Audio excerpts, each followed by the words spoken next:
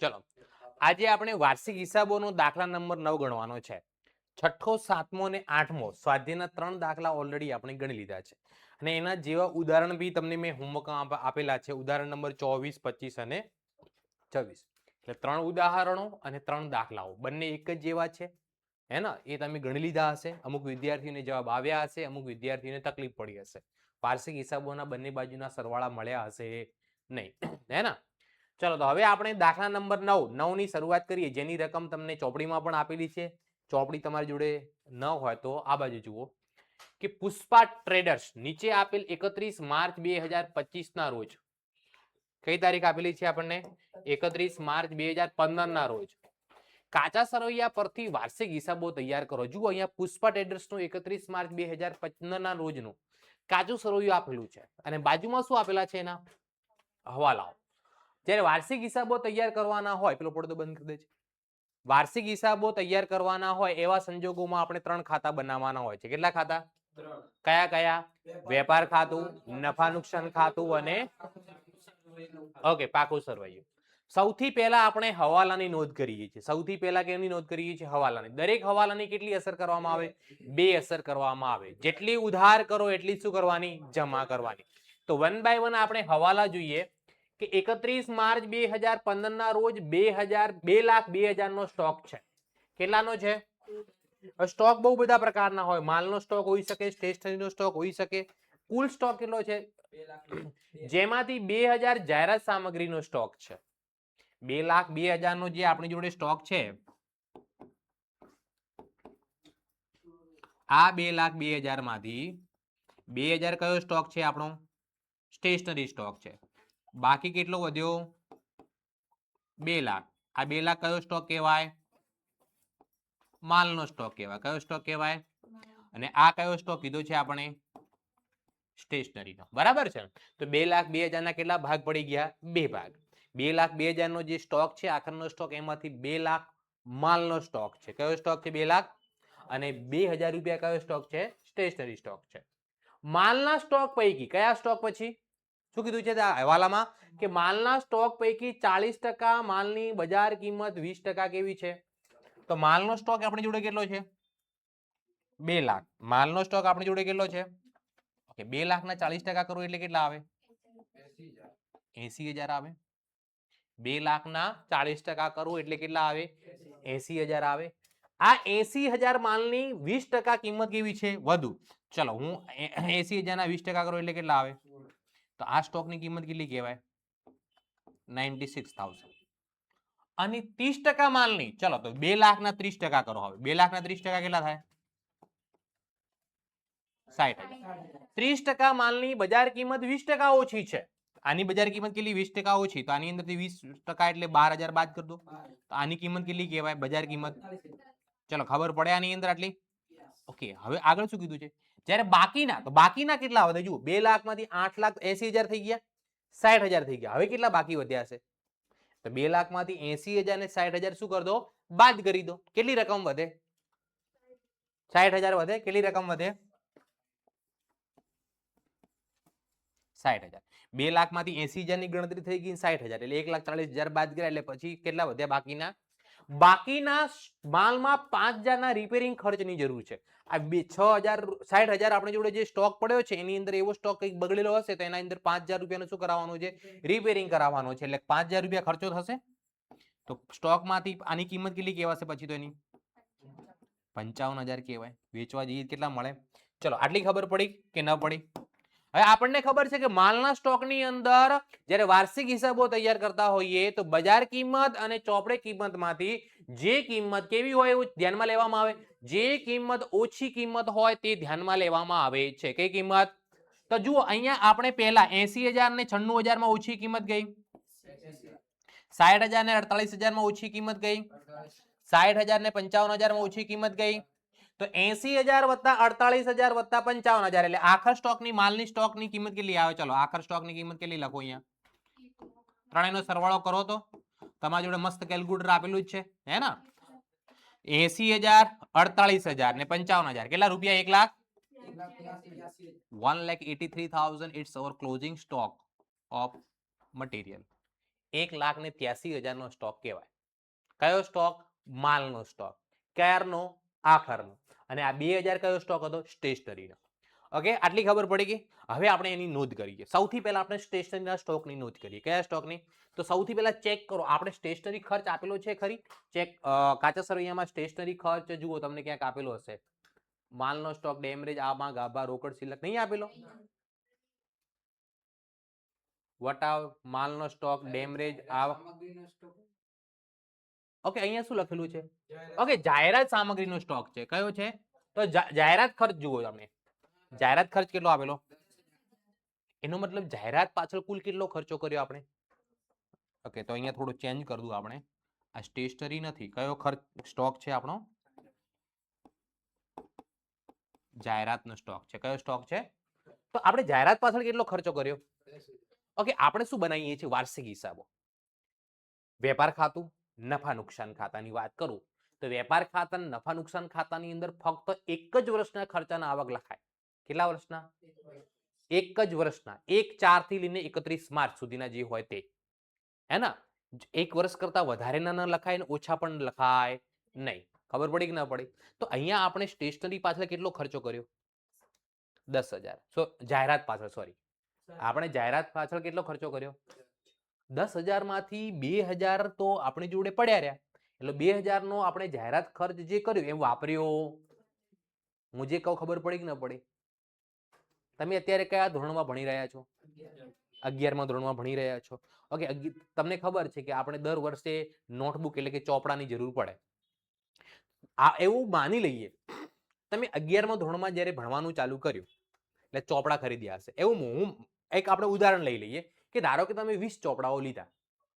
કેટલા ચોપડાઓ લીધા? 20. એક ચોપડાની કિંમત 15 રૂપિયા માની ગયા. કેટલા ચોપડા તમે ધોરણ 11 ની શરૂઆત કરી એટલે કેટલા ચોપડા લીધા હતા તમે? 20. એક ચોપડાની કિંમત કેટલા રૂપિયા? 15 ગુણ્યા 20 કરું એટલે 300 રૂપિયાનો ખર્ચો કર્યો. તો ધોરણ 11 માટે ચોપડા પાછળનો ખર્ચ કેટલો તમારો? હવે એવું માની લેવામાં આવે કે તમારું 11મું ધોરણ પૂરું થઈ ગયું. 11મું ધોરણ શું થઈ ગયું? તમારી પરીક્ષા પૂરી થઈ ગઈ અને તમારી જોડે 3 ચોપડા વધ્યા. કોરા કેટલા ચોપડા વધ્યા? 3. જેનો ઉપયોગ હવે તમે ક્યારે કરશો? 12મા ધોરણની અંદર કરવાના. વેચી દેવાના નથી પાછા. શું કરશો? એનો ઉપયોગ તમે 12મા ધોરણની અંદર કરવાનો. તો ચલો, તમારી જોડે ચોપડા કેટલા કોરા કેટલા વધ્યા? એક ચોપડાની કિંમત 15 રૂપિયા અને કેટલા ચોપડા વધ્યા તમારી જોડે? 3. બરોબર. હવે હું તમને પ્રશ્ન પૂછું કે તમે 11મા ધોરણની અંદર તમારા ચોપડા પાછળનો ખર્ચો કેટલો કહેવાય? તો શું જવાબ? 300 આવશે? તો કેટલો જવાબ આવશે? 300 ની અંદરથી 45 રૂપિયા શું કરવા પડશે? બાદ કરવા પડે. 11મા ધોરણની અંદર તમે 255 રૂપિયાનો ચોપડો પાછળ ખર્ચ કહેવાય. ખબર પડી કે ન પડી? 200 એટલે એક વર્ષનો, ધોરણ 11 ના એક વર્ષનો ચોપડા પાછળનો ખર્ચ કેટલો થયો? 255. 3 ચોપડા જે વધ્યા છે એનો ઉપયોગ તમે 12મા ધોરણમાં કરશો. એને 3 ચોપડા તમારી જોડે વધ્યા છે 11મા ધોરણનો આખરનો સ્ટોક કહેવાય. કયો સ્ટોક કહેવાય તમારો? જેનો ઉપયોગ તમે નેક્સ્ટ યર કરવાના છો એટલે 12મા ધોરણની અંદર કરવાના છો. તો અહીંયા જાહેરાત ખર્ચના જે 10,000 રૂપિયા આપણે ખર્ચો કર્યો એની અંદરથી 2,000 નો સ્ટોક આપણી જોડે પડ્યો છે જેનો ઉપયોગ આપણે નેક્સ્ટ યર માટે કરીશું. તો ચાલુ વર્ષે જાહેરાત ખર્ચ કેટલો થયો કહેવાય? 8,000 થયો કહેવાય. કેટલો થયો કહેવાય? તો 8,000 થયો કહેવાય. તો નફા નુકસાન ખાતાની અંદર એક જ વર્ષનો ખર્ચ કે આવક લખાય. કેટલા વર્ષની લખાય? એક જ વર્ષની ખર્ચ કે આવક લખાય. તો આપણે નફા નુકસાન ખાતાની અંદર જાહેરાત ખર્ચ 10,000 લખો ને 12ના કોલમમાં ખોટું કહેવાય. 10,000 રૂપિયા લખો એ શું કહેવાય? ખોટું કહેવાય. તો તમારે જાહેરાત ખર્ચ 10,000 ના લખાય. 10,000 માંથી 2,000 રૂપિયા જે સ્ટોક પડ્યો છે જેનો ઉપયોગ આપણે આવતા વર્ષ માટે કરવાના છે એની અંદરથી શું કરી દેવાનો? બાદ કરી દેવાનો. તો નફા નુકસાન ખાતાની અંદર ઉધાર બાજુ લખાય. શું લખાય? જાહેરાત ખર્ચ લખાય. જાહેરાત ખર્ચ કેટલા રૂપિયા? 10,000 આપણે કર્યો. 10,000 માંથી એનો સ્ટોક કેટલો પડ્યો છે આપણી જોડે? જાહેરાત સ્ટોક કેટલો પડ્યો છે? તો 2,000 માં આનો મતલબ ચાલુ વર્ષનો જાહેરાત પાછળ તમારો ખર્ચો કેટલો? 8,000 નો કહેવાય. ચાલુ વર્ષનો જાહેરાત પાછળનો ખર્ચો કેટલો કહેવાય? આટલી ખબર પડી. આ 10,000 તમને કાચા સરવૈયામાં આપેલા હતા એટલે એની એક જ નોંધ થાય. પણ 2,000 ક્યાં આપેલા હતા? હવાલામાં. તો એની બીજી નોંધ કરવી પડશે. આ શું છે? તમારો સ્ટોક છે જેનો ઉપયોગ તમે નેક્સ્ટ યર માટે કરવાના છો. આપણી જોડે આ એક પ્રકારની મિલકત થઈ ગઈ. આ વર્ષે કરેલો ખર્ચ જે આપણે આગળના વર્ષે ઉપયોગ કરવાના હોઈએ તો એ આ વર્ષ માટે શું કહેવાય? મિલકત કહેવાય. શું કહેવાય? આ વર્ષ માટે મિલકત કહેવાય, જેનો ઉપયોગ આપણે નેક્સ્ટ યર માટે કરવાના છીએ, જેનો ફાયદો આપણને નેક્સ્ટ યરમાં થશે, અત્યારે થતો. તો અહીંયા સ્ટેશનરી સ્ટોકની 2000 ની બીજી નોંધ આપણે કરવી પડશે. તો સ્ટેશનરી સ્ટોક છે, સ્ટોક આપણી શું કહેવાય? મિલકત કહેવાય. શું કહેવાય? તો એને પાકા સરવૈયામાં કઈ બાજુ લખવામાં આવે? મિલકત લેણા બાજુ લખવામાં આવે. અથવા તો તમને જુઓ નફા નુકસાન ખાતાની અંદર ઉધાર બાજુ આપણે જાહેરાત ખર્ચમાંથી સ્ટોક શું કર્યો છે? ઉધાર બાજુ માઇનસ કર્યો, એનો મતલબ શું કહેવાય? અહીંયા જમા, તો પાકા સરવૈયામાં કઈ બાજુ? ઉધાર બાજુ. ઉધાર બાજુ એટલે કઈ બાજુ કહેવાય? મિલકત લેણા બાજુ કહેવાય. કઈ બાજુ કહેવાય? તો કયો સ્ટોક કહેવાશે આપણી જોડે? આ જાહેરાત સ્ટોક. તો અહીંયા લખું હું, જાહેરાતનો સ્ટોક કેટલો વધ્યો? જેનો ઉપયોગ આપણે નેક્સ્ટ યર માટે કરવાના છીએ. Got it everyone? આની અંદર કમ્પ્લીટ કોન્સેપ્ટ ક્લિયર થયો હે ને? જે પણ ખર્ચો થયો હોય એ ખર્ચો જો સ્ટોકમાં આપણે જોડે વધતો હોય તો ખર્ચમાંથી માઇનસ થાય અને એની બીજી નોંધ પાકા સરવૈયામાં મિલકત લેણા બાજુ કરવી પડે. ઓકે, તો જાહેરાત સ્ટોકની આપણે 2000 ની નોંધ કરી દીધી. હવે કયો સ્ટોક છે? બીજો માલનો સ્ટોક. માલના સ્ટોકની કિંમત 2 લાખ હતી, પણ એની આપણે બજાર કિંમત શોધી અને ચોપડે કિંમત બંને સાથે કમ્પેરિઝન કરી તો જે ઓછી હતી એ કિંમત કેટલી? 1,83,000. આખર સ્ટોક કેટલો કહેવાય? 1,83,000. આખર સ્ટોકનો મતલબ શું થાય? કે ચાલુ વર્ષે ખરીદ્યો ખરી આપણે, આ વર્ષે આપણે ખરીદ્યો ખરી, પરંતુ વર્ષ પૂરો થતા થતા એટલો સ્ટોક આપણે વેચી શકતા, એટલે વર્ષના અંતે છેલ્લા દિવસે આટલો સ્ટોક આપણી જોડે પડ્યો છે, જેનો ઉપયોગ આપણે ક્યારે કરીશું? આવતા વર્ષે કરીશું. જેનો ઉપયોગ કરીને આપણે એ માલ ક્યારે વેચીશું? નેક્સ્ટ યરમાં વેચીશું. અત્યારે વેચી શક્યા નથી. તો આખર સ્ટોકની 2 એન્ટ્રી હવાલામાં આપેલો છે, એટલા માટે સૌથી પહેલી એન્ટ્રી વેપાર ખાતામાં જમા બાજુ લખીશું આપણે આખર સ્ટોક, ક્લોઝિંગ સ્ટોક. આખર સ્ટોક કેટલી કિંમત આવી હતી? 1,83,000. 1,83,000. મિલકત છે એટલે એની બીજી એન્ટ્રી ક્યાં કરવામાં આવશે? પાકા સરવૈયામાં મિલકત લેણા બાજુ. આખર સ્ટોક, ક્લોઝિંગ સ્ટોક કેટલા રૂપિયા? તો કે 1,83,000. 1,83,000 રૂપિયા. ક્લિયર? કોઈ ડાઉટ આની અંદર હે ને? ખબર પડે છે દરેકને? જાહેરાતમાં આપેલ માલ કેટલો છે? 7500 રૂપિયા. તો આ માલ આપ્યો છે, પૈસા નથી આપ્યા. શું આપ્યા છે? જો પૈસા આપ્યા તો રોકડ જાય. જાહેરાતમાં જો આપણે પૈસા રોકડા ચૂકવ્યા તો શું થાય? રોકડ જાય. પણ અત્યારે રોકડા નથી ચૂકવ્યા, આપણી જોડે જે સ્ટોકમાં માલ પડ્યો તો માલ આપ્યો છે, તો આ કઈ રીતે માલની જાવક કહેવાય? અન્ય રીતે માલની જાવક કહેવાય. કઈ કહેવાય? અને જ્યારે અન્ય રીતે માલની જાવક કહેવાય એટલે ખરીદીમાંથી શું કરવામાં આવે? માઇનસ કરવામાં આવે. ખરીદી ક્યાં લખવામાં આવે? વેપાર ખાતાની ઉધાર બાજુ ખરીદી માઇનસ જાહેરાતમાં આપેલ માલ. જાહેરાતમાં આપેલ માલ કેટલા રૂપિયા? 7,500. બરોબર ને? તો આ જાહેરાતમાં આપેલ માલ છે હે ને? આપણે ખરીદીમાંથી શું કર્યો? માઇનસ કર્યો. તો એ કેમ જાહેરાતમાં આપણે આપ્યું હશે? એડવર્ટાઇઝ કરવા માટે આપ્યું હશે કે આપણું વેચાણ વધે. તો એક પ્રકારનું શું થઈ ગયું? જાહેરાત ખર્ચ થઈ ગયો. શું થઈ ગયો? ઓકે, તો જાહેરાત ખર્ચ આપણો કેટલો હતો? જુઓ અહીંયા 10,000 માંથી 2,000 બાદ કર્યા એટલે કેટલા થયા હતા? 8,000 હતા. કેટલા હતા? અને ફરીથી આપણે વધારાનો જાહેરાત સ્ટોક છે, જાહેરાતમાં આપેલ માલ કેટલા રૂપિયાનો ગયો? 7500. એટલે કુલ આ વર્ષનો જાહેરાત ખર્ચ કેટલો કહેવાય? 15,500 કહેવાય. 8,000 પહેલા કરેલો હતો, 7,500 નો માલ આપ્યો જાહેરાતમાં એટલે 15,500 નો જાહેરાત પાછળ ખર્ચ થયો કહેવાય. કમ્પ્લીટ ખબર પડી ગાયત્રી કે ના પડી? હે ને? ચલો આગળ નેક્સ્ટ વધીએ. 10,000 ના ઉધાર વેચાણ ભૂલથી ઉધાર ખરીદી તરીકે નોંધેલ છે. હવે મેં તમને કહ્યું કે હવાલાની 2 અસર કરવામાં આવે. જેટલી ઉધાર કરો એટલી અહીંયા 4 અસર થશે. આ હવાલાની કેટલી અસર થશે? 4 અસર થશે. સાહેબ એવું કેમ? અમારા જોડે કેમ એવું અન્યાય કરો છો? જુઓ અહીંયા 10,000 નું ઉધાર વેચાણ હતું, બરોબર? ભૂલથી શું કરી દીધું? ઉધાર ખરીદીમાં લખી દીધું. તો એક તો સૌથી પહેલા ભૂલ કરી છે, ભૂલ સુધારવા માટે 2 નોંધ કરવી પડશે. જે ભૂલ કરી છે એ ભૂલ સુધારવા માટે કેટલી અસર કરવી પડશે? 2 અસર. અને જે આપણે સાચી એન્ટ્રી બી કરવાની બાકી છે.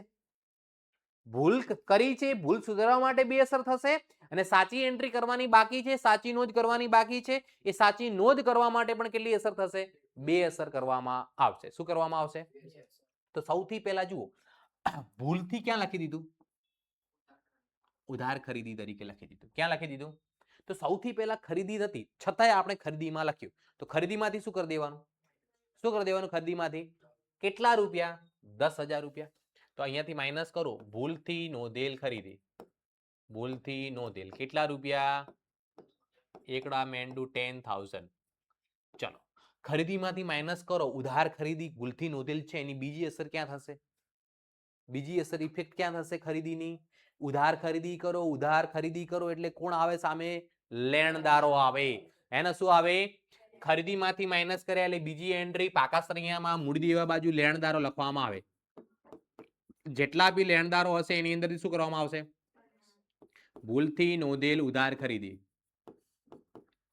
કેટલા રૂપિયા? એકડા મેંડુ 10,000. ક્લિયર? ખબર પડી? કોઈ ડાઉટ આની અંદર? તો આ તો આપણે શું કર્યું છે, જે ભૂલ થઈ ભૂલ સુધારી, હે ને? ઉધાર ખરીદી નથી છતાંય ઉધાર ખરીદીમાં લખ્યું એટલે ઉધાર ખરીદીમાંથી માઇનસ કર્યા, ઉધાર ખરીદીમાંથી માઇનસ કર્યા એટલે લેણદારોમાંથી પણ શું કરવા પડે? માઇનસ કરવા પડે. તો આ તો ભૂલ થઈ એ સુધારી દીધી. તો સાચી નોંધ શું કરવાની હતી? આ હતું શું? સૌથી પહેલા તો ઉધાર વેચાણ હતું. તો ઉધાર વેચાણ તો લખવાનું બાકી છે ને હજુ. તો ઉધાર વેચાણ જે નોંધ થઈ નથી તો એ વેચાણમાં શું કરવામાં આવશે? પ્લસ વેચાણ પ્લસ નહીં નોંધેલ કેવું વેચાણ? ઉધાર વેચાણ. નહીં નોંધેલ કેવું વેચાણ? કેટલા રૂપિયા? 10,000. નહીં નોંધેલ, નોંધવાનું બાકી છે, આપણે વેચાણમાં પ્લસ કર્યું, એનો મતલબ ઉધાર વેચાણ છે, પૈસા લેવાના બાકી છે. જ્યારે ઉધાર વેચાણ કરો તો સામે કોણ ઉત્પન્ન થાય? દેવાદારો. તો બીજી એન્ટ્રી પાકા સરિયામાં મિલકત લેણા બાજુ જે દેવાદારો લખવામાં આવશે, દેવાદારો, એની અંદર શું કરવામાં આવશે? પ્લસ નહીં નોંધેલ ઉધાર વેચાણ. નહીં નોંધેલ ઉધાર વેચાણ કેટલા રૂપિયા? ઓકે, નહીં નોંધેલ જો રોકડ વેચાણ હોત તો શું કરત આપણે? તો દેવાદારોમાં પ્લસ ન થાત, રોકડમાં પ્લસ થાત. તો કોની અંદર પ્લસ કરવામાં આવત? રોકડ સિલકની અંદર વધારો કરત. પણ અહીંયા પૈસા મળ્યા નથી, લેવાના બાકી છે, એટલે કોની અંદર પ્લસ કરીશું આપણે? દેવાદારોની અંદર. કમ્પ્લીટ ખબર પડી આની અંદર? એને સૌથી પહેલા બે અસર આપણે ખરીદીમાંથી માઇનસ કરી, લેણદારોમાંથી માઇનસ કરી, કારણ કે ભૂલથી ખરીદ નોંધમાં નોંધાઈ ગયું છે ઉધાર ખરીદી તરીકે. સાચી એન્ટ્રી શું હતી? કે ઉધાર વેચાણ નોંધવાનું બાકી રહ્યું, તો વેચાણમાં પ્લસ કર્યું, અને બીજું ક્યાં પ્લસ કર્યું? દેવાદારોની અંદર પ્લસ કર્યું. ક્લિયર? ખબર પડી? કોઈને કઈ ડાઉટ? ચલો આગળ વધીએ. હવે આપણે દેવાદારોમાંથી 30,000 ગાલખાત તરીકે માંડી વળવાના છે, 10% ગાલખાત અનામત રાખવાની છે. દેવાદારોમાંથી 30,000 શું ગણવાની છે? ગાલખાત. તો હવે આપણે જોઈ લઈએ. દેવાદારો જુઓ, દેવાદારો અને લેણદારો આપેલા છે. દેવાદારોની કઈ બાકી હોય? ઉધાર બાકી હોય. કેટલા છે? 2,20,000. તો પાકા સરિયામાં મિલકત લેણા બાજુ લખાય 2,20,000. 2,20,000 માં હું 10,000 ઉમેરું એટલે કેટલા થઈ જાય? 2,30,000 થઈ જાય. કેટલા થઈ જાય? 2 લાખ. આ 2,30,000 માંથી આપણને ગાલખાત કેટલી રાખવાની કીધી? તો આની અંદરથી ગાલખાત માઇનસ કરી દો 30,000. ચલો 2,30,000 માંથી હું 30,000 માઇનસ કરીશ, રકમ કેટલી આવશે આપણી? 2 લાખ. હવે ગાલખાત અનામત કેટલી ગણવાની કીધી છે? ઓકે, તો ગાલખાત અનામત 2 લાખના 10% કરો કેટલો જવાબ આવે? 2 લાખના 10% કરો તો 20,000 આવે. ચલો 2 લાખમાંથી 20,000 બાદ કરી દો, 1,80,000 અવર આન્સર. કેટલા? 1,80,000 રૂપિયા. Got it everyone? ઓકે, તો ચલો આ ગાલખાત અને ગાલખાત અનામત બંને ક્યાં આપેલી હતી? હવાલામાં આપેલી હતી. તેની બીજી અસર કરવી પડશે ને. આપણને ખબર છે કે નફા નુકસાન ખાતાની અંદર ઉધાર બાજુ અન્ય ખર્ચામાં ગાલખાતનું એક ફોર્મેટ આવે. ગાલખાત કાચા સરવૈયાની પ્લસ ગાલખાત હવાલાની પ્લસ ગાલખાત અનામત હવાલાની માઇનસ ગાલખાત અનામત કાચા સરવૈયાની. તો જુઓ, આપણે નફા નુકસાન ખાતાની ઉધાર બાજુ વાત કરું તો સૌથી પહેલા અહીંયા લખી દઉં ગાલખાત. સૌથી પહેલા કઈ? કાચા સરવૈયાની. ફરીથી ગાલખાત શું લખી દઉં? હવાલાની. ફરીથી ગાલખાત અનામત શું લખી દઉં? ગાલખાત અનામત હવાલાની. અને છેલ્લે માઇનસ કરી દઉં ગાલખાત અનામત કઈ? કાચા સરવૈયાની. આ પ્લસ કરવામાં આવે, આ પ્લસ કરવામાં આવે, છેલ્લે વાળી માઇનસ કરવામાં આવે. ચલો ગાલખાત હવાલાની કેટલી હતી? ન યાદ રહેતું હોય, ન ખબર હોય તો જોઈ લેવાની. ગાલખાત કેટલી હતી? ગાલખાત અનામત કેટલી હતી? 20,000. તો ગાલખાત અનામત હવાલાની કેટલી? 20,000. કાચા સરવૈયાની જ્યારે આવશે ત્યારે અહીંયા આપણે લખી દઈશું. Clear? Got it everyone? Taruna ખબર પડી કે ન પડી? ચલો હવે એના પછી ઓકે, મૂડી પર 10% વ્યાજ આપવાનું છે ને ઉપાડ પર 6% લેખે વ્યાજ વસૂલ કરવાનું છે. જુઓ, મૂડી પર વ્યાજ એ ધંધા માટે ખર્ચ કહેવાય, પેઢી માટે શું કહેવાય? ખર્ચ કહેવાય, માલિક માટે આવક કહેવાય. મૂડી પર વ્યાજ એ પેઢી માટે શું કહેવાય? પેઢી ચૂકવે મળે કોને? માલિકને. ઉપાડ પર વ્યાજ એ પેઢી માટે આવક કહેવાય ને માલિક માટે ખર્ચ કહેવાય. શું કહેવાય? માલિક માટે. ચાલો, તો મૂડી પર વ્યાજ કેટલું ગણવાનું કીધું? સૌથી પહેલા તો 10%. સૌથી પહેલા જો ઉપાડ અને મૂડી આપેલી છે. ઉપાડ કેટલી? 3 લાખ ને સોરી મૂડી કેટલી છે? જમા બાકી મૂડીની 3,30,000. ઉપાડ 26,400. રકમ ચેક કરી લેજો, કદાચ મિસપ્રિન્ટ ન થઈ ગયું હોય. હે ને? ને મૂડી પર કેટલા ટકા વ્યાજ ગણવાનું? 10%. અને ઉપાડ પર કેટલા ટકા ગણવાનું છે? 6%. મૂડી પર 10%, ઉપાડ પર 6%. તો મૂડી અને ઉપાડ લખાય કે આ પાકા સરિયામાં મૂડી દેવામાં જે સૌથી પહેલા મૂડી લખાય. મૂડી કેટલા રૂપિયા છે? 3,30,000. ઓકે, આની અંદર મૂડી પર વ્યાજ શું થશે અહીંયા? ચલો, મૂડી પર વ્યાજ 3,30,000 ના 10% કેટલા થાય? 33,000 થાય. ઓકે, પછી ઉપાડ એની અંદરથી બાયદસ કરવામાં આવે. ઉપાડ કેટલો આપેલો છે હવે દાખલામાં આપણને? 26,000 ને એની અંદરથી ઉપાડ પર વ્યાજ કેટલા ટકા ગણવાનું કીધું છે? 6%. તો 26,400 ના રુદ્ર કેલ્ક્યુલેટરનો ઉપયોગ કરો. 26,400 ના 6% કરો. કેટલો થાય? 1584. 1500 ને જો હવે સમજવાનું છે. આ મૂડી તો આપણને ક્યાં આપેલી હતી? કાચા સરિયામાં, એટલે એક એન્ટ્રી થાય. મૂડી પર વ્યાજ આપણને હવાલામાં આપેલું હતું એટલે બીજી અસર કરવી પડશે. ઉપાડ આપણને 26,400 ક્યાં આપેલું હતું? કાચા સરિયામાં. ઉપાડ પર વ્યાજ 1584 ક્યાં આપેલું હતું? હવાલામાં. તો બીજી એન્ટ્રી કરવી પડશે. બીજી એન્ટ્રી કોની કોની કરવાની? મૂડી પર વ્યાજ અને ઉપાડ પર વ્યાજ.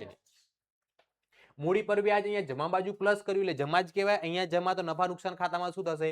ઉધાર. તો અહીંયા આપણે નફા નુકસાન ખાતાની અંદર ઉધાર બાજુ લખીશું મૂડી પર વ્યાજ. મૂડી પર વ્યાજ. ઇન્ટરેસ્ટ ઓન કેપિટલ કેટલા રૂપિયા? તો કે 33,000 રૂપિયા, 33,000 રૂપીસ. હવે એની સામે ઉપાડ પર વ્યાજ ધંધા માટે આવક કહેવાય. આવક છે એટલે જમા બાજુ લખાય. ઉપાડ પર વ્યાજ કેટલું આવ્યું હતું?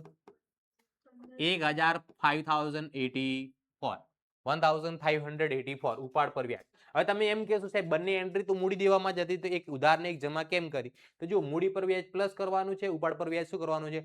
અહીંયા જમા બાજુ માઇનસ એટલે અહીંયા શું કર્યું કે ઉધાર. અહીંયા ઉધાર તો અહીંયા શું થઈ જાય? જમા. ઓકે, ચલો હવે આપણે ઘસારો ચેપ્ટર ભણેલા છો, તમને યાદ હશે.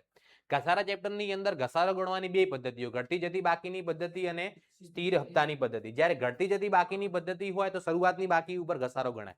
પણ ઘટતી જતી બાકીની પદ્ધતિ હોય ત્યારે કઈ કિંમત ઉપર ઘસારો ગણવામાં આવે? પડતર કિંમત ઉપર ઘસારો ગણવામાં આવે. કઈ કિંમત ઉપર? અહીંયા હવાલામાં જુઓ, કાયમી મિલકતો 10% લેખે સીધી લીટીની પદ્ધતિએ ઘસારો ગણવાનો છે. સીધી લીટીની પદ્ધતિ એટલે કઈ કિંમત ઉપર ગણવાનો? પડતર કિંમત ઉપર, ખરીદ કિંમત ઉપર ઘસારો ગણવાનો. તો અહીંયા જુઓ, કાયમી મિલકતો દાખલામાં તમને ક્યાંક આપેલી હશે. જુઓ, કાયમી મિલકતો આપેલી કેટલી છે? જુઓ તો પાકા સરવૈયામાં મિલકત લેણા બાજુ લખી દઉં. હે ને? કાયમી મિલકતો, સ્થિર મિલકતો. કાયમી મિલકતો કેટલી આપેલી છે આપણને? 4 લાખ ને. ઓકે, હવે ઘસારો કેટલો ગણવાનો છે? એટલે કેટલો આવશે? કોયડો મારે 48,000 નથી લખવું. મારે 40,800 નથી લખવું. મારે અહીંયા ઘસારો જે છે ને એ લખવો છે. આ 9મો દાખલો જ ગણીએ છીએ ને આપણે, હે ને? કયો દાખલો ગણીએ છીએ? ઓકે, મારે ઘસારો 60,000 લખવો છે. જો 60,000 આડે દડે ની આ જવાબ આવશે 60,000. હે ને? હવે અહીંયા મોસ્ટ ઓફ વિદ્યાર્થીઓ જે 100 માંથી 99 લાવતા હોય, 50 માંથી 49 લાવતા હોય, એ લોકો બી ઉતાવળમાં અહીંયા ભૂલ કરતા હોય છે. શું કરે છે કે આપણને દાખલામાં ક્લિયરલી કહેલું છે કે ઘસારો કઈ રીતે ગણવાનો? સીધી લીટીની પદ્ધતિએ. કઈ રીતે ગણવાનું કીધું છે? અને ઘસારો જ્યારે સીધી લીટીની પદ્ધતિએ ગણવાનો હોય એટલે કઈ કિંમત ઉપર ગણાય? પડતર કિંમત ઉપર. તો આપણે કાયમી મિલકતો 4,80,000 લખીને વિદ્યાર્થીઓ ઘસારો કેટલો લખી દે? 48,000. જે બિલકુલ શું કહેવાય? ખોટું કહેવાય. કારણ કે આપણે પડતર કિંમત ઉપર ગણવાનો છે. પડતર કિંમત આપણને કાયમી મિલકતોની કેટલી આપેલી છે? 6 લાખ આપેલી છે. કેટલી આપેલી છે? તો આપણે 10% 4,80,000 ના નહીં કરવામાં આવે, 6 લાખ ના કરવામાં આવશે. કયાના લખવામાં આવશે? 6 લાખ ના 10% કરીશું એટલે જવાબ કેટલો આવશે? સગડા મેંડુ 60,000. ક્લિયર? ખબર પડી ગઈ હવે? હે ને? જો દાખલાની અંદર એવું ન કહેલું હોય ને કે સીધી લીટીની પદ્ધતિ ગણવાનો, તો પછી 4,80,000 ઉપર ડાયરેક્ટ તમે ગણી શકો. પણ અહીંયા ક્લિયરલી કહેલું છે કે સીધી લીટીની પદ્ધતિએ ઘસારો ગણવાનો અને પડતર કિંમત પણ દાખલામાં આપેલી છે. એટલે પડતર કિંમત કેટલી છે? 6 લાખ. 6 લાખના 10% કરવાની. ક્લિયર? ઓકે, તો હવે બીજી એન્ટ્રી ઘસારાની ક્યાં થશે? નફા નુકસાન ખાતાની ઉધાર બાજુ. અહીંયા લખીએ કાયમી મિલકતો પર ઘસારો. કાયમી મિલકતો પર ઘસારો. ડેપ્રિસિએશન ઓન કાયમી મિલકતો. કાયમી મિલકતો પર ઘસારો કેટલો આવે? 60,000 રૂપિયા. ચલો કમ્પ્લીટ ખબર પડી ગઈ હે ના? કમ્પ્લીટ ખબર પડી ગઈ. ઓકે, કેટલા વિદ્યાર્થીઓને એવું લાગે છે કે મને વાર્ષિક હિસાબો નહીં આવડે, મારો વાર્ષિક હિસાબોનો જવાબ નહીં આવે? કેટલા વિદ્યાર્થીને એવું લાગે છે? કેટલા વિદ્યાર્થીને એવું લાગે છે કે વાર્ષિક હિસાબો મને હાર્ડ લાગે છે? ચલો બોલ અડ. કેટલા વિદ્યાર્થીને એવું લાગે છે કે સાહેબ વાર્ષિક હિસાબો હાર્ડ છે? કેટલા જણને હાથ ઉપર કરો એટલે ખબર પડે, મને આઈડિયા આવે. થોડા થોડા આવડે. તું તો ત્યારે ઊંઘ લેતો હતો હે?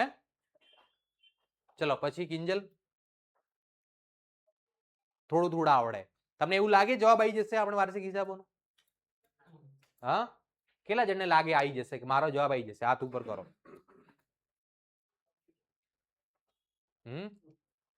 ઓકે, તો આ બાજુ કોઈ હાથ ઉપર કર્યો નથી, એનો મતલબ તમારો કોઈનો જવાબ આવશે. સિમ્પલ છે ને? સાચી વાત છે ને? હાર તમે એવું સ્વીકારી લીધું છે કે મારો જવાબ આવશે નહીં, હે ને? તમારો તમે એવું શું કરી દીધું? સ્વીકારી લીધું કે મારો જવાબ આવશે નહીં. હાર થાય ને, કોઈ પણ પ્રકારની હાર એટલે આપણે લોસ થઈએ, ક્યાંક નુકસાન થયું, ન આવડતું હોય, એ અંત નથી. આપણે પણ એવું માની લઈએ ને અમે હારી ગયા, એ આપણો અંત છે. તમે માની લીધું છે અમારો જવાબ નહીં આવવાનો. હા, એનો મતલબ શું થયો? તમે અત્યાર સુધી જે દાખલાઓમાં ખબર પડે છે ને એ દાખલા ગણો, એમાં શું નવાઈ કરો? હું જે કહેવા માંગુ ખબર પડી કે ન પડી? હું તમને દાખલા ગણાવતો હોઉં અથવા કોઈ પણ સાહેબ તમને ભણાવતા હોય, તમને ખબર પડતી હોય અને એ તમે તૈયાર કરો, એમાં શું તમે નવાઈ કરી કહેવાય?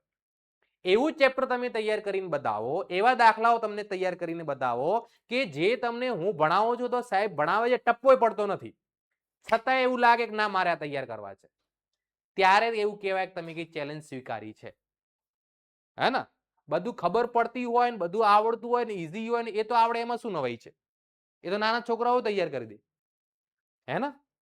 પણ જે આપણને ટપ્પોય ન પડતું હોય, જે આપણને કઈ ખબર જ નથી પડતી હોય, જે આપણને હાર્ડ લાગતું હોય, એ વસ્તુ તમે કરીને બતાવો તો તમે એવું કહેવાય કે તમે તમારા મગજનો ઉપયોગ કરી રહ્યા છો. અને જિંદગીની અંદર તમને અત્યારથી કહી દઉં, તમે મોટા થશો. શું થશો? એટલે મોટા એટલે તમે તમારા જીવનની અંદર શરૂઆત કરશો જ્યારે લગ્ન થશે, પછી કમાવાનું ચાલુ કરશો, ઘરકામનું કામ ચાલુ કરશો, એવા સમયે શું થશે? જે આવડતું હશે એ જ કરવાનું. તમને આવડતું હશે એ જ કરવાનું તમારે. હા, એવા સમયે તમારે નહીં આવડતું હોય ને એ કરશો તો જ તમને પૈસા મળશે. જે આવડતું હશે એ કરશો તો એમાં શું ફાયદો થશે? હું જે કહું ખબર પડી કે ન પડી? એટલે તમે જે ચેપ્ટરમાં ખબર નથી પડતી, જે ચેપ્ટરની અંદર તમને 60-70% ખબર પડતી હોય, બીજું બધું બાઉન્સ થતું હોય અને એ ચેપ્ટર તમે મહેનત કરીને તૈયાર કરો તો તમે કંઈક ભણવા પાછળ મહેનત કરી રહ્યા છો એવું કહેવાય. અધરવાઇઝ તો બેગ લઈને આવ્યા, બેગ લઈને ગયા, સાહેબે હોમવર્ક આપ્યું, કોપી પેસ્ટ કર્યો, જવાબ આવે ન આવે એનાથી આપણે કોઈ લેવા દેવા નથી. ચલો, તો આના પાછળ તમારે વધારે પડતી મહેનત કરવી પડે, હે ને? તમારે આ ટાસ્ક લેવો પડે કે મારે આ ચેપ્ટર તૈયાર કરવું જ છે, ગમે તે થઈ જાય, ગમે તે થઈ જાય, વાર્ષિક હિસાબોનો જવાબ મારે લાવવો જ છે. એના માટે ભલે મારે કે એકડે એકથી પાછું એકાઉન્ટ ચાલુ કરવું પડે. Nothing is impossible. અશક્ય વસ્તુ કઈ નથી, પણ એના માટે શું કરવું પડે? સંઘર્ષ કરવો પડે, મહેનત કરવી પડે. મહેનત કર્યા સિવાય કંઈ પણ મળતું નથી, હે ને? મહેનત કર્યા સિવાય કંઈ પણ મળતું નથી. તમને કદાચ ખબર હશે કે જે સીએ કરતા હોય કે આઈઆઈમાં એડમિશન લઈને એમબીએ કરતા હોય, એ ક્લાસની અંદર દરેક વિદ્યાર્થીઓ સીએમ પાસ થઈ જતા હોય જે ભણાવવામાં આવે. કેમ? સાહેબ તો એક જ હોય છે ને ભણાવવા વાળા. તમને ધારો કે અહીંયા તમે જેટલા બી વિદ્યાર્થીઓ બેઠા છો, તમારા હું એકાઉન્ટ તો તમને બધાને એક જ ભણાવે, સ્કૂલમાં એક ભણાવે ને ટ્યુશનમાં તમે અહીંયા આવો એટલે હું ભણાવું, તો તમારા બધાના ટકા એકાઉન્ટમાં સરખા આવશે. નહીં આવે. એના પાછળનું બી કારણ શું? મહેનત. અને પહેલાથી શરૂઆત પહેલાથી જ હાર માની લેવી. શરૂઆત થઈ હોય એના પહેલાથી જ હાર માની લેવી, એમને પછી રિઝલ્ટ ના આવે. ચલો હવે આપણે સૌથી પહેલા જુઓ, દરેક હવાલાની નોંધ થઈ ગઈ છે. દરેક હવાલાની નોંધ થઈ ગઈ છે. તો હવે આપણે શું બાકી રહ્યું? કાચા સરવૈયાની આપણે 1 by 1 એન્ટ્રી કરીશું. કયા સરવૈયાની? કાચા સરવૈયાની 1 by એન્ટ્રી કરીશું. સૌથી પહેલા ઉપાડ અને મૂડી લખાઈ ગઈ. હા. ખરીદી અને વેચાણ. ખરીદીની ઉધાર બાકી હોય રકમ ચેક કરતા રહેજો. 3,24,900. ચલો તો ખરીદી આપણે વેપાર ખાતાની ઉધાર બાજુ લખીશું 3,24,900, 3,24,900. એના પછી વેચાણની જમા બાકી હોય, વેચાણ 8,80,000. ચલો તો વેચાણ અહીંયા લખીશું 8,80,000, 8,80,000. ચલો એના પછી શું આપેલું છે? માલ પરત. માલ પરત બે પ્રકારના હોય, ખરીદ પરત અને વેચાણ પરત. ખરીદ પરત ની કઈ બાકી હોય? જમા બાકી હોય. ખરીદ પરત ની કઈ બાકી હોય? તો ખરીદ પરત કેટલું કહેવાય? 22,000. એ ખરીદીમાંથી માઇનસ કરીશું આપણે. ખરીદ પરત કેટલા રૂપિયા? 22,000, 22,000. એની અંદરથી માઇનસ અહીંયા વેચાણમાંથી વેચાણ પરત કરવામાં આવશે. વેચાણ પરતની ઉધાર બાકી હોય, ઉધાર બાજુ કેટલા આપેલા છે આપણને? 88,000 રૂપિયા આપેલા છે. કેટલા? 88,000, 88,000 રૂપિયા. ચલો માલ પરત લખાઈ ગયું. હવે અહીંયા વસ્તુ છે પ્રોવિડન્ટ ફંડ. પ્રોવિડન્ટ ફંડમાં ફાળો, પ્રોવિડન્ટ ફંડના રોકાણો અને તેનું વ્યાજ. આ ચાર વસ્તુ પ્રોવિડન્ટ ફંડની છે. અને આની અંદર મોસ્ટ ઓફ વિદ્યાર્થીઓ કન્ફ્યુઝ થતા હોય છે, કેમ કે આ પ્રોવિડન્ટ ફંડ છે અને કોઈ શું છે કોઈને ખબર. તો હું તમને પ્રોવિડન્ટ ફંડ શું હોય છે પહેલા સમજાવી લઉં, પછી આપણે 1 by 1 એન્ટ્રી કરીએ. આપણે કોના ચોપડામાં હિસાબો લખતા હોઈએ? ધંધાના ચોપડામાં. કોના ચોપડામાં?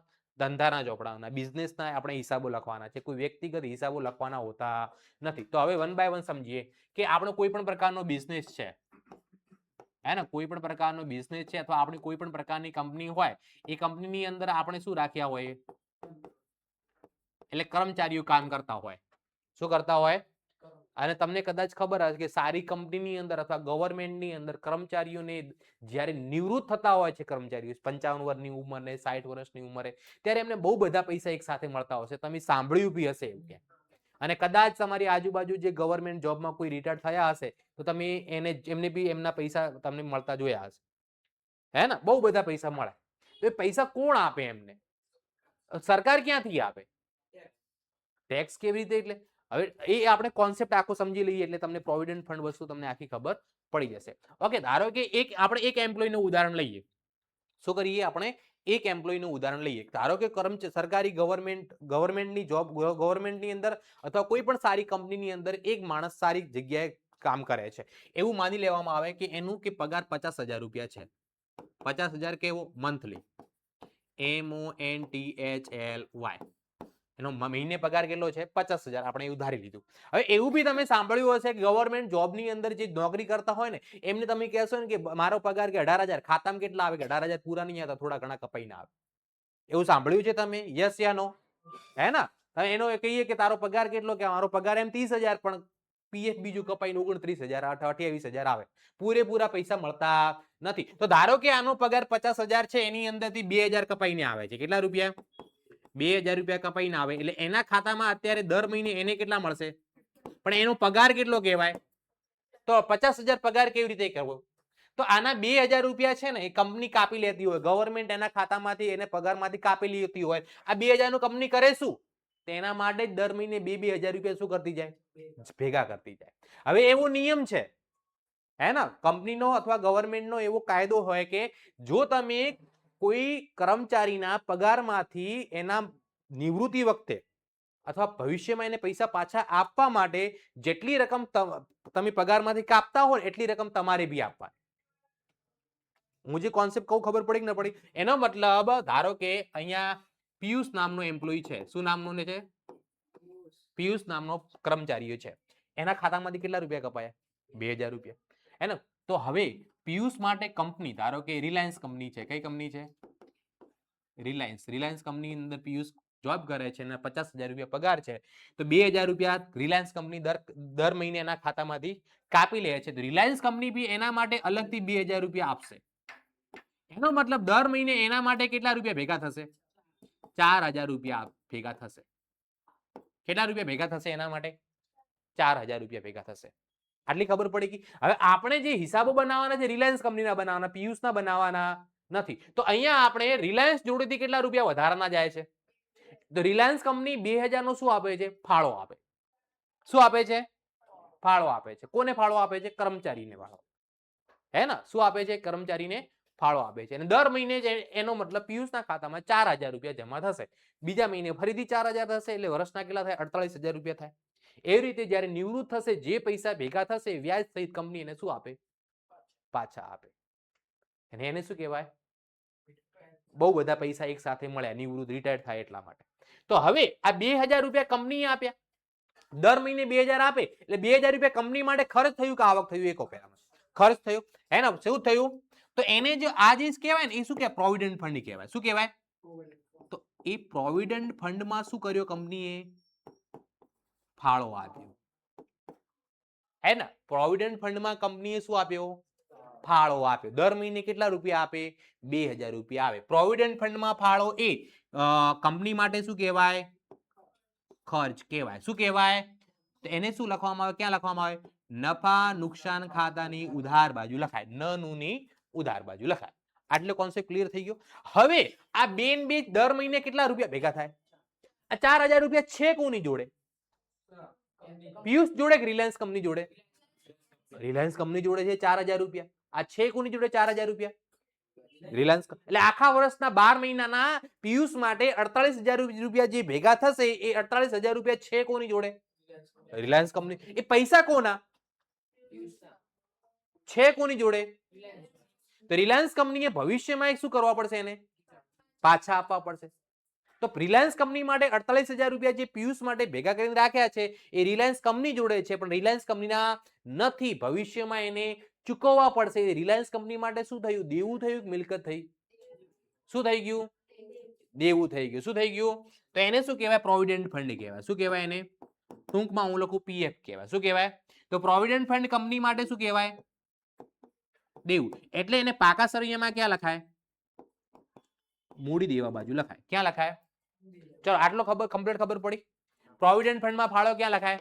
નફા નુકસાન ખાતાની ઉધાર બાજુ. અને પ્રોવિડન્ટ ફંડ ક્યાં લખાય? મૂડી દેવા બાજુ લખાય. ક્યાં લખવામાં આવે? ચલો આટલી કમ્પ્લીટ ખબર પડી ગઈ. આની અંદર કોઈને કઈ ડાઉટ? કોઈને કઈ કન્ફ્યુઝન? શ્યોર? 100%? હવે શું થાય છે? હજુ ત્રીજો ટોપિક આવે છે. પ્રોવિડન્ટ ફંડમાં ફાળો અને પ્રોવિડન્ટ ફંડ દેવું છે તમને કમ્પ્લીટ ખબર પડી. હવે કંપની શું વિચારે કે 48000 રૂપિયા મારી જોડે પડ્યા છે, તિજોરી મૂકી દીધા પિયુષ માટે. બીજા વર્ષે વળી 48000 ભેગા કર્યા એટલે કેટલા તિજોરી થયા? 96000 થયા. પણ તિજોરી પડ્યા કઈ પૈસા વધવાના ખરી? હા, તિજોરી પડ્યા પૈસા વધવાના ખરી? અથવા એના ઉપર વ્યાજ મળવાનું ખરી? 96000 ના 96000 દેશે ને? તો કંપની શું વિચારે કે આ પૈસા મારે તો અત્યારે તો આપવાના નથી પાછા, ભવિષ્યમાં 10 વર્ષ પછી, 15 વર્ષ પછી, 20 વર્ષ પછી, 25 વર્ષ પછી જ્યારે નિવૃત્ત થાય ત્યારે આપવાના છે. તો આ દર વર્ષે જે 24000 48000 રૂપિયા ભેગા થાય એ તિજોરીમાં મૂકો, એમાંથી કોઈ ફાયદો થતો નથી. તો એનું શું કરી દઉં? ક્યાંક ઇન્વેસ્ટ કરી દઉં. શું કરી દઉં? ક્યાંક ઇન્વેસ્ટ કરી દઉં. તો એને શું કહેવાય? પ્રોવિડન્ટ ફંડ નો રોકાણો કહેવાય. શું કહેવાય? ચલો તો અહીંયા લખું પ્રોવિડન્ટ ફંડના રોકાણો. તો પ્રોવિડન્ટ ફંડના રોકાણો એક પ્રકારનું શું બની જાય? મિલકતો બની જાય. શું બની જાય? તો પ્રોવિડન્ટ ફંડના જે રોકાણો હોય ક્યાં લખાય? પાકા સરવૈયામાં મિલકત લેણા બાજુ લખાય. ભાઈ મિલકત છે, ઇન્વેસ્ટ કર્યું એટલે શું કહેવાય? એ મિલકત થઈ ગઈ ને. તો પ્રોવિડન્ટ ફંડના રોકાણો એ ક્યાં લખાય? પાકા સરવૈયામાં મિલકત લેણા બાજુ લખાય. ક્યાં લખાય? ચલો આટલો કોન્સેપ્ટ ક્લિયર થઈ ગઈ. પ્રોવિડન્ટ ફંડમાં ફાળો શું છે કમ્પ્લીટ ખબર પડી. પ્રોવિડન્ટ ફંડમાં ફાળો નફા નુકસાન ખાતાની કઈ બાજુ લખાય? ઉધાર બાજુ. પછી પ્રોવિડન્ટ ફંડ એ પેઢી માટે શું છે? દેવું છે. એને ક્યાં લખાય? પાકા સરવૈયામાં મૂડી દેવા બાજુ. પ્રોવિડન્ટ ફંડમાં ઇન્વેસ્ટ કરવામાં આવે તો એ ક્યાં લખાય? પાકા સરવૈયામાં મિલકત લેણા બાજુ. અને જે ઇન્વેસ્ટ કર્યું હોય, રોકાણ કર્યું હોય, રોકાણો ઉપર પાછું શું મળે? તો એ શું થઈ ગઈ? રોકાણોની આવક થઈ ગઈ. પણ આવક કોની છે? આ કંપનીની છે. તો કોની છે આવક? પિયુષભાઈની છે. અને પિયુષભાઈના પ્રોવિડન્ટ ફંડમાં શું થશે? એટલો વધારો થઈ જશે. તો જ્યારે પ્રોવિડન્ટ ફંડના રોકાણોનું વ્યાજ હોય, પ્રોવિડન્ટ ફંડના રોકાણોનું શું કહેવાય? વ્યાજ એ આવક છે. કંપનીની આવક મળે છે પણ કંપનીની આવક નથી, એ એમ્પ્લોયની આવક છે, એ પિયુષભાઈ કર્મચારીની આવક છે. એટલા માટે પિયુષભાઈનું જે પ્રોવિડન્ટ ફંડ હોય એની અંદર એ વ્યાજ શું કરી દેવાનું? પ્લસ કરી દેવાનું, ઉમેરી દેવાનું. 48,000 રૂપિયા દર વર્ષે ભેગા થશે, પ્લસ વ્યાજ એનું પ્લસ થશે, હે ને? એટલે એની કિંમતમાં એની પ્રોવિડન્ટ ફંડમાં શું થઈ જશે? વધારો. તો આ ચારે ચાર ટોપિક કમ્પ્લીટ ખબર પડી ગઈ. સૌથી પહેલા પ્રોવિડન્ટ ફંડમાં ફાળો. પ્રોવિડન્ટ ફંડમાં ફાળો ક્યાં લખાય? નફા નુકસાન ખાતાની ઉધાર બાજુ. બીજો ટોપિક આપણો પ્રોવિડન્ટ ફંડના પ્રોવિડન્ટ ફંડ. કયું ફંડ? Provident fund. ક્યાં લખાય? પાકા સરિયામાં મૂડી દેવા બાજુ. ત્રીજી વસ્તુ કયું? પ્રોવિડન્ટ ફંડના રોકાણો. ક્યાં લખાય? પાકા સરિયામાં મિલકત લેણા બાજુ. અને પ્રોવિડન્ટ ફંડના રોકાણોનું વ્યાજ ક્યાં લખાય? પ્રોવિડન્ટ ફંડમાં મૂડી દેવા બાજુ, પ્રોવિડન્ટ ફંડમાં પ્લસ કરવામાં આવે. હવે સમજીએ, પ્રોવિડન્ટ ફંડમાં ફાળો જે છે શું કહેવાય? ખર્ચ છે. ખર્ચ હોય એટલે એની કઈ બાકી હોય? ઉધાર બાકી હોય. પ્રોવિડન્ટ ફંડ એ દેવું છે એટલે કઈ બાકી હોય? એની જમા બાકી છે. પ્રોવિડન્ટ ફંડના રોકાણો એ મિલકત છે એટલે એની કઈ બાકી હોય? ઉધાર બાકી હોય. અને પ્રોવિડન્ટ ફંડના રોકાણોનું વ્યાજ એ આવક છે એટલે એની કઈ બાકી હોય? જમા બાકી હોય. તો આ ચાર વસ્તુ કમ્પ્લીટ યાદ રહેશે. ચલો તો હવે વન બાય વન આપણે એની નોંધ કરીએ. સૌથી પહેલા જુઓ પ્રોવિડન્ટ ફંડ અને પ્રોવિડન્ટ ફંડમાં, તો પ્રોવિડન્ટ ફંડમાં ફાળો છે એની ઉધાર બાકી હોય કેમ કે ખર્ચ છે. દર મહિને કંપની કેટલા રૂપિયા એના માટે દર વર્ષે 11,000 રૂપિયા. કેટલા રૂપિયા? અને એ પ્રોવિડન્ટ ફંડ કેટલા રૂપિયા ભેગું થયું? એમ 1,10,000 રૂપિયા. કેટલા રૂપિયા ભેગું થયું? તો આ પ્રોવિડન્ટ ફંડ જે ફાળો જે છે એની ઉધાર બાકી હોય તો પ્રોવિડન્ટ ફંડમાં ફાળો ક્યાં લખાશે? પ્રોવિડન્ટ ફંડમાં ફાળો ક્યાં લખાશે? નફા નુકસાન ખાતાની ઉધાર બાજુ લખાશે. તો અહીંયા લખું હું પ્રોવિડન્ટ ફંડમાં ફાળો કેટલા રૂપિયા? 11,000 રૂપિયા, હે ને? અને પછી શું આપેલું છે? પ્રોવિડન્ટ ફંડના પ્રોવિડન્ટ ફંડ કેટલું આપેલું? 1,10,000. એ પેઢી માટે શું કહેવાય? દેવું. તો પાકા સરિયામાં મૂડી દેવા બાજુ લખી દઉં. પાકા સરિયામાં મૂડી દેવા બાજુ પ્રોવિડન્ટ ફંડ કેટલા રૂપિયા છે? 1,10,000 રૂપિયા. 1,10,000 rupees. Clear? Got it everyone? ચલો એના પછી આપણને શું આપેલું? જુઓ પ્રોવિડન્ટ ફંડના રોકાણો 1,10,000 ભેગા થયા એટલે કંપનીએ 1,10,000 નું ક્યાં શું કરી દીધું? રોકાણ કરી દીધું. શું કરી દીધું? રોકાણોની ઉધાર બાકી હોય 1,10,000. એને ક્યાં લખાવવામાં આવશે? પાકા સરિયામાં મિલકત લેણા બાજુ લખાય. પ્રોવિડન્ટ ફંડના રોકાણો, પ્રોવિડન્ટ ફંડના રોકાણો, ઇન્વેસ્ટમેન્ટ ઇન પ્રોવિડન્ટ ફંડ 1,10,000. 1,10,000. આ રોકાણો કર્યું એના રોકાણો પર શું મળે છે પાછું? વ્યાજ. કેટલા રૂપિયા? 8800 રૂપિયા. તો એને શું કરી દેવાનું? વ્યાજને આની અંદર પ્રોવિડન્ટ ફંડમાં પ્લસ કરી દેવાનું વ્યાજ 8,800 રૂપિયા. એટલે કર્મચારી માટે 1,18,800 રૂપિયા ભેગા થઈ ગયા. ચલો કમ્પ્લીટ ખબર પડી ગઈ ચાર વસ્તુમાં? યાદ રહેશે, હે ને? મોસ્ટ ઓફ વિદ્યાર્થીઓને આની અંદર તકલીફ પડતી હોય છે કે પ્રોવિડન્ટ ફંડ ક્યાં લખવું, પ્રોવિડન્ટ ફંડમાં ફાળો ક્યાં લખવું, એનું રોકાણો ક્યાં લખવા અને એના રોકાણોનું વ્યાજ ક્યાં લખવું. રોકાણોનું વ્યાજ અમુક વિદ્યાર્થીઓ નફા નુકસાન ખાતાની જમા બાજુ પણ લખતા હોય. જવાબ આવી જાય, જવાબ ખોટો કહેવાય નહીં, પણ મોસ્ટ ઓફ શું કરવાનું? પ્રોવિડન્ટ ફંડમાં પ્લસ કરવાનું. ચલો એના પછી આગળ વધીએ. હવે પ્રોવિડન્ટ ફંડ વાળો થઈ ગયો કોન્સેપ્ટ ક્લિયર. ચલો દેવાદારો 2,20,000 લખાઈ ગયા. એના પછી શું છે? લેણદારો. લેણદારોની કિંમત કેટલી છે? 1,00,000 ને, તો અહીંયા લેણદાર લખીશું 1,65,000 માઇનસ શું કરવાના છે? ભૂલથી નોંધેલ 10,000. તો કેટલા કહેવાય? 1,55,000. 10,000 માઇનસ કરવાના હતા. ક્લિયર? ચલો એના પછી આપણને શું આપેલું છે? વટાવ. વટાવ જુઓ ઉધાર બાજુ 50,600 આપેલો છે, જમા બાજુ કેટલો આપેલો? 15,000. રકમ ચેક કરતા રહેજો, હે ને? ઉધાર બાજુ એ આપેલ વટાવ કહેવાય, જમા બાજુ એ મળેલ વટાવ કહેવાય, હે ને? આપેલ વટાવ એ ખર્ચ છે એટલે નફા નુકસાન ખાતાની કઈ બાજુ લખીશું આપણે? ઉધાર બાજુ. નફા નુકસાન ખાતાની ઉધાર બાજુ. આપેલ વટાવ કેટલો છે? બોલો. 50,600. ચલો મળેલ વટાવ જમા બાજુ જે આપેલો છે જમા બાજુ લખીશું. હા, મળેલ વટાવ કેટલા રૂપિયા છે? 15,400. 15,400 રૂપિયા. ચલો એના પછી શું આપેલી છે? વટાવ લખાઈ ગયો. ગાલખાત અને ગાલખાત અનામત કાચા સરવૈયામાં આપેલી છે. ગાલખાત કેટલી છે? અને ગાલખાત અનામતની જમા બાકી હોય 49,500. તો આપણે ફોર્મેટ બનાવેલો જ છે. ગાલખાત કાચા સરવૈયાની કેટલી? 33,000. અને છેલ્લે માઇનસ કરવાની ગાલખાત અનામત જે હવાલાની હોય કાચા સરવૈયાની જમા બાજુ કેટલી છે? 49,500 રૂપિયા, હે ને? તો હવે આપણે એનો શું કરી દઈએ? જે પ્લસ માઇનસ કરીને રકમ બહાર લખવાની છે. સૌથી પહેલા ગાલખાતની એન્ટ્રી કેટલી છે? 33,000 વત્તા 30,000 વત્તા 33,000 વત્તા 30,000 વત્તા માઇનસ 49,500. કેટલી રકમ વધે? 33,500 રૂપિયા વધે. 33,500 ક્લિયર ખબર પડી ગઈ ચાલો એના પછી આગળ વધીએ આપણે હુંડીઓ હુંડીઓ બે પ્રકારની હોય ઉધાર બાજુ આપેલી લેણી હુંડી કહેવાય મિલકત કહેવાય જમા બાજુ આપેલી દેવી હુંડી આપણું દેવું કહેવાય તો આપણે 16,500 જે મિલકત છે એટલે પાકા સરિયામાં મિલકત લેણા બાજુ લખાશે કઈ હુંડી લેણી હુંડીની રકમ કેટલી આપેલી આપણને 16,000 ને અને દેવી હુંડી જમા બાજુ આપેલી એની રકમ કેટલી છે દેવી હુંડી કેટલી છે 27,500 રૂપિયા ચલો એના પછી દાખલામાં શું આપેલું છે આપણે માલનો સ્ટોક જો લખેલું છે 1/4/2014 શરૂઆતની સ્ટોક કહેવાય કયો સ્ટોક કહેવાય કેટલા સ્ટોક છે 88,000 વેપાર ખાતાની ઉધાર બાજુ લખવામાં આવે એક જ એન્ટ્રી થશે શરૂનો સ્ટોક કેટલા રૂપિયા છે શરૂનો સ્ટોક 88,000 રૂપિયા ચલો એના પછી શરૂઆતનો સ્ટોક ડેમરેજ એ ખરીદીને લગતો ખર્ચ છે નફાનું વેપાર ખાતાની ઉધાર બાજુ કેટલો આપેલો છે 3300 રૂપિયા ચલો ડેમરેજ પછી શું છે આવક માલ ગાડા ભાડું કેટલા રૂપિયા 21,000 આવક માલ ગાડા ભાડું કેટલા રૂપિયા છે 21,000 એના પછી શું આપેલું છે આપણને વેપાર ખર્ચ કેટલા રૂપિયા વેપાર ખર્ચ ક્યાં લખાશે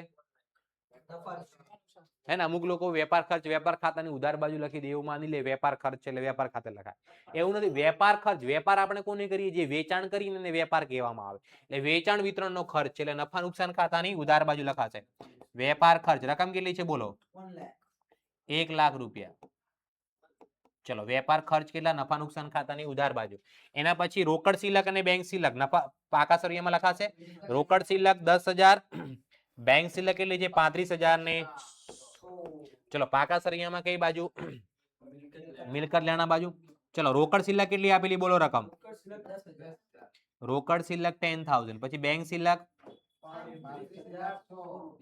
35,000 ને 100 રૂપિયા બેંક શિલક 35,100 35,000 ને 100 રૂપિયા ચલો એના પછી કાયમી મિલકતો લખાઈ ગઈ જાહેરાત ખર્ચ લખાઈ ગયો અન્ય આવકો કેટલી છે 16,000 ને 19,600 નફા નુકસાન ખાતાની જમા બાજુ અન્ય આવકો કેટલી છે 19,600 19,600 હવે કોઈ એન્ટ્રી બાકી ખરી ના તો હવે સૌથી પહેલા વેપાર ખાતાનો સરવાળો કરતા પહેલા જે રકમ અંદર લખેલી છે એનો પ્લસ માઇનસ કરીને બહાર લખવી પડે તો સૌથી પહેલા વેચાણમાં 8 લાખ ને કેટલા છે 80,000 વત્તા કેટલા કરવાના 10,000 માઇનસ કેટલા કરવાના 88,000 એટલે જવાબ કેટલો આવે 8 લાખ ને 2,000 8,02,000 આ બાજુ એવી રીતે ખરીદીમાં ખરીદી કેટલી છે 3,24,900 એની અંદરથી પહેલી એન્ટ્રી 7,500 બાદ કરવાની બીજી એન્ટ્રી 10,000 અને ત્રીજી એન્ટ્રી કેટલી 22,000 તો આની રકમ કેટલી આ 2,85,000 ની 2,85,000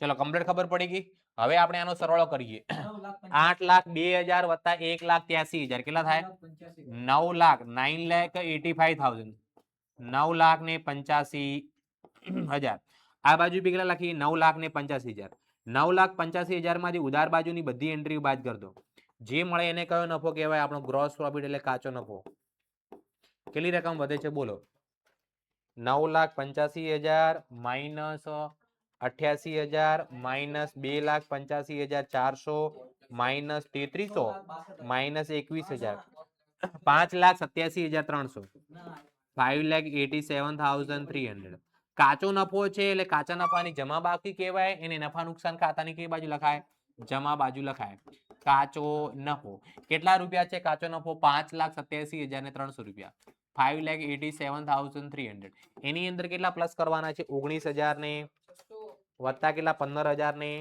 400 વત્તા કેટલા કરવાના 1,584 તો આનો સરવાળો કેટલો થાય 6,23,884 6,23,884 આ બાજુ બી લખીશું આપણે 6,23,884 આની અંદરથી પહેલી એન્ટ્રી કેટલી બાદ કરવાની છે લખેલી છે એ પ્રમાણે 50,600 6,23,884 માંથી પહેલી એન્ટ્રી 50,600 બીજી એન્ટ્રી 11,000 ત્રીજી એન્ટ્રી 15,500 એના પછી 33,000 33,500 60,000 અને 1 લાખ કેટલા આવે 3,20,000 3,20,284 it's your net profit it's your net profit transfer to balance sheet અને નેટ પ્રોફિટ આપણે કેપિટલમાં એટલે કે મૂડીમાં શું કરી દેવાનો પ્લસ, ચોખ્ખો નફો મૂડીમાં શું થશે પ્લસ.